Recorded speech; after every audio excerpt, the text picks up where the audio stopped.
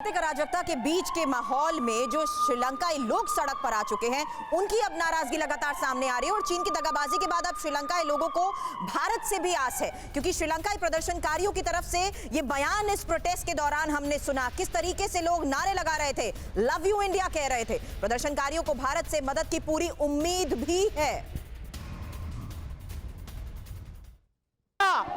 You love India? Oh, we love India. Yeah, you are with us. You are with us. Yeah. So, Sri Lanka love India? Yeah. Oh, yeah. Of course. They are throwing tear gas on you. Yeah. Tear gas. Very painful. तो देखिए, भारत जब तमाम अफवाहों को खारिज करता है तो साथ ही साथ ये भी कहता है कि हम श्रीलंका के लोगों के साथ थे, हैं और रहेंगे।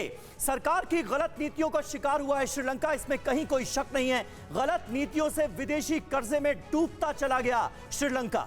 चीन की परियोजनाओं से कर्जे में भारी इजाफा हुआ, यानी चीन किस तरीके से श्रीलंका को इस हालत में पहुंचाने का जिम्मेदार है, यह दुनिया जानती है। और यही वजह है कि चीन और पाकिस्तान जैसे मुल्क आज इस प्रोपेगेंडा में लग गए हैं कि किसी तरह से यह बात दुनिया में फैलाई जा सके कि गोटाबाया राजपक्षे को भागने में श्रीलंका से मदद की है भारत ने।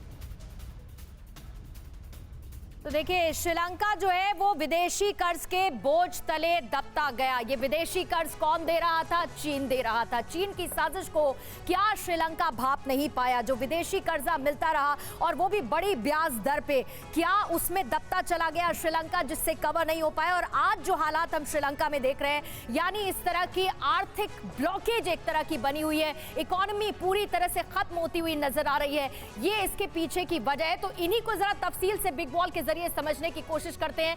सबसे पहली चीज साल 2005 में हुई, जब अलग अलग परियोजनाओं के लिए चीन से कर्ज लिया गया, चीन से पैसा लिया गया ताकि विकास परियोजनाओं को श्रीलंका में आगे बढ़ाया जाए, डेवलपमेंट किया जाए।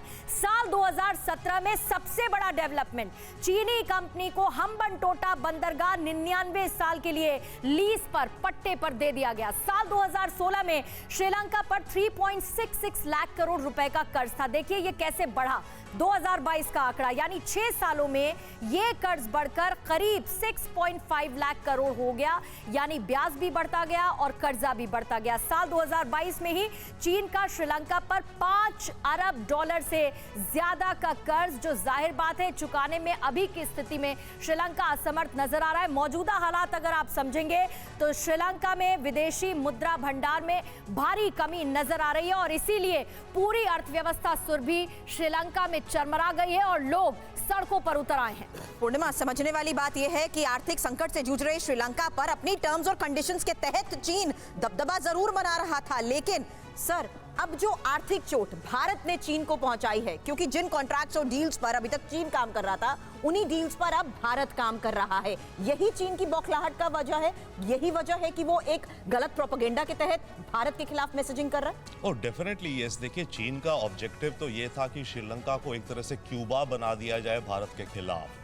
जैसे अमेरिका के खिलाफ क्यूबा एक कम्युनिस्ट स्ट्रॉन्ग होल्ड बन गया था ना, तो चाइना का ऑब्जेक्टिव तो वो था, क्यूबा बनाना श्रीलंका को, दो एंगल से। एक तो ऑफ कोर्स अपना इकोनॉमिक फायदा उठाना इन प्रोजेक्ट से, राइट, वो उसकी इकोनॉमिक फायदा है।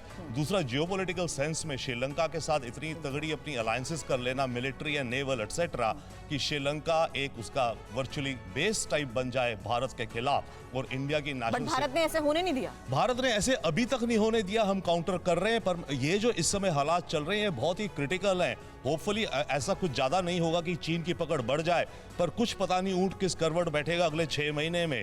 हो सकता है कुछ करते करते चाइना का स्ट्रॉन्ग होल्ड फिर बन जाए। ठीक है, तो इसीलिए बहुत क्रिटिकल वक्त है इस समय। बिल्कुल बहुत क्रिटिकल वक्त है और इस मुश्किल से कैसे निकलेगा श्रीलंका, ये अपने आप में एक बहुत बड़ा सवाल है।